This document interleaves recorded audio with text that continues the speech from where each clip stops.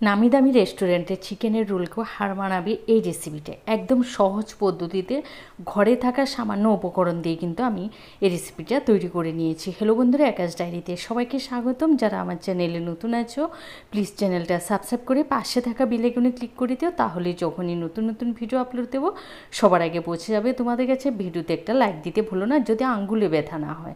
তো এখানে দেখো সর্ষের তেল গরম করে দিয়েছি, হাফ চা চামচ গোটা জিরা ফোড়ন। ফোড়নটা থেকে যখন একটা সুন্দর গন্ধ বেরোবে তখন আমি এখানে দুটো পেঁয়াজ, মাঝারি সাইজে পেঁয়াজ কুচি করে নিয়েছি। এবার পেঁয়াজটাকে নুন দিয়ে একটু হালকা ভেজে নেব। এখানে কোনো বেরেস্তা করার কোনো প্রয়োজন নেই। যখন একটু নরম হয়ে আসবে তখন আমি এখানে দিয়ে দেব আদা রসুন পেস্ট। এখানে ধরো তোমার ওই হাফ চামচ করে আদা বাটা রসুন বাটা নিয়ে নিয়েছি। এখানে কিন্তু মশলা আমি খুব একটা বেশি ব্যবহার করছি না। তো আবারও একটু কষিয়ে নিচ্ছি আদা রসুনের কাঁচা গন্ধটা যাওয়া পর্যন্ত। তারপরে এখানে আমি দিয়ে দেব তোমার ওই যে হলুদ গুঁড়া আর কাশ্মীরি লঙ্কার গুঁড়া। আমি পরিমাণটা কিন্তু লিখে দিচ্ছি, তোমরা দেখে নিও। তো ওই 1 চা চামচ করে কাশ্মীরি লঙ্কার গুঁড়া আর হাফ চা চামচ দিয়েছি হলুদ গুঁড়া, আর দুটো কাঁচা লঙ্কা কুচি দিয়েছি এখানে। তোমরা চাইলে পেস্টও দিতে পারবে। তো ঝালটা তোমরা তোমাদের পছন্দ অনুযায়ী দেবে, ঝাল আর নুন। তারপরে এখানে দেখো আমি এখানে না ছোটো 2 পিস বোনলেস চিকেন কিমা করে নিয়েছি, মানে মিক্সিতে একটু ঘুরিয়ে নিয়েছি।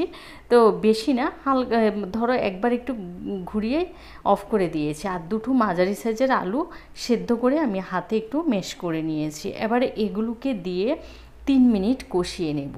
বেশিক্ষণ কিচ্ছু করতে লাগবে না, একদম অল্প সময় লাগে এটা তৈরি করতে। তো এভাবে কষিয়ে নেওয়ার পর নামানোর আগে আমি কিন্তু গ্যাসটা অফ করে দিয়েছি। গ্যাসটা অফ করে দিয়ে দেবে আমচুর পাউডার আর দেবে এখানে গরম মশলা। আমচুর পাউডার 1 চা চামচ, গরম মশলা হাফ চা চামচ দিয়ে মিশিয়ে তারপরে দেখো নামিয়ে নিচ্ছি। এবার এই পুরটাকে আমি একপাশে ঠান্ডা হতে দিচ্ছি। তো পুরটা কিন্তু আমি সকালে করে রেখেছিলাম, এবার আমি বিকেলে করছি। এবার তোমার রোলটা তৈরি করার জন্য এখানে আটা ময়দা নিয়েছি, 1 কাপ আটা আর 1 কাপ ময়দা। তোমরা চাইলে পুরোটা ময়দায় বা পুরোটা আটায়ও করতে পারো, খেতে কিন্তু একই স্বাদ হবে। হাফ চা চামচ দিয়েছি জোয়ান, তারপরে স্বাদ মতো দিয়েছি নুন দিয়ে এবার অল্প অল্প জল দিয়ে এটাকে একটা নরম ডো তৈরি করে নেব।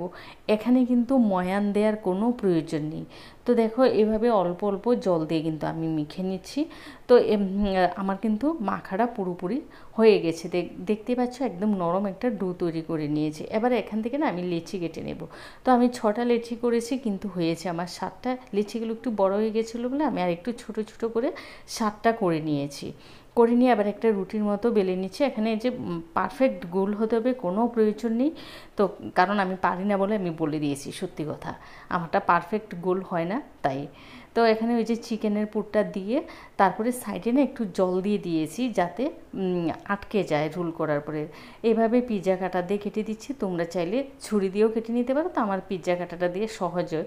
তো দেখো করেছি রোলটা 4-5টা মুড়ে তারপরে এভাবে আবার ফোল্ড করে নিয়েছি। তো এভাবে একে একে না আমি সব কটা লেচি বেলে নিচ্ছি। বেলে একই সিস্টেমে পুর দিয়ে তারপরে চারপাশে জল দিয়ে দিয়েছি, দিয়ে একটা মাত্র ফোল্ড করে তারপরে পিৎজা কাটার দিয়ে কেটে নিয়েছি।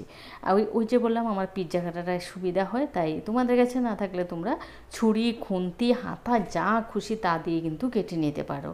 তো দেখো এইভাবে কথা বলতে বলতে কিন্তু আমি সমস্ত রোলগুলোকে তৈরি করে নেব। একদম অল্প সময় লাগে এটা করতে, যেটুকুন শুধু পুরটাকে একটু তৈরি করে রাখতে হবে, কারণ বেলাবেলির কিন্তু খুব একটা ঝামেলা নেই। তো তোমরা চাইলে কিন্তু একটা শিট তৈরি করে নিতে পারো। অত ঝামেলায় না গিয়ে বাবা দুটো রুটি বানাবো, রুটির ভিতরে পুরটা দিয়ে রোল করে নেবো, ব্যাস হয়ে গেল, ওই ঝামেলায় কে যায় বলো। তো এইভাবে দেখো প্রত্যেকটা রোল আমার তৈরি গেছে। ওই যে বললাম 7টা কিন্তু হয়ে গেছে। তো এই রোলগুলোকে আবার একপাশে রেখে দিয়েছি, 5 মিনিটের জন্য আমি রেস্টে রেখে দিয়েছি। এবার এখানে দেখো তেল গরম করে মাঝারি আছে আমি ভেজে নিচ্ছি। আর উপরে না একটু তেল এভাবে দিয়ে দিচ্ছি যাতে উপরটাও সাথে সাথে ভাজা হয়ে যায়। তো এভাবে না প্রথমে আমার এক হাতে উল্টাতে খুব কষ্ট হচ্ছিল, তারপরে একটা নিয়েছি খুন্তি বাবাজি, ওনাকে দিয়ে ধরে চেপে তারপরে উঠিয়ে দিচ্ছি। তারপরে আমার মাথা আরেকটা বুদ্ধি আসলো, আরে আমি তো আবার তোমার ওই যে থাকে চিমটিটা ধরার জন্য, সেটা দিয়ে করতে পারি। তারপরে ওইটাকেও এনেছি। তো আমি না এখানে ওই তাড়াতাড়ি কাজ সারার জন্য পাশে আরেকটা রোল দিয়ে দিয়েছি, এটা দিয়ে না একটু ভুল হয়ে গেছে, না দিলেই হতো, যাক তাও কষ্টে সৃষ্টে ভেজে নিয়েছি। এভাবে তোমার 5 মিনিট সময় লেগেছে। আর এটা ভাজতে যে খুব একটা তেল লাগে তা না, একদম অল্প তেলে সুন্দর করে ভাজা হয়ে যায়। যারা আমার মতো সাশ্রয় করতে চাও তারা কিন্তু অল্প তেলেই ভেজে নিতে পারো। অল্প তেলে ভাজলে তেল চিপচিপেও হয় না, আর খেতে কিন্তু স্বাদ একই। তো তোমরা দেখতেই পাচ্ছ প্রত্যেকটা আমার ভাজা হয়ে গেছে আর কতটা সুন্দর হয়েছে। ডুবো তেল লাগে না, অল্প তেল দিয়ে তোমরা এভাবে সুন্দর করে ভেজে নাও। তো এভাবে দেখো আমার প্রত্যেকটা রোল ভাজা হয়ে গেছে। ওই সবকটা রোল তৈরি করতে আমার ধরো 6 থেকে 7 মিনিট লেগেছে।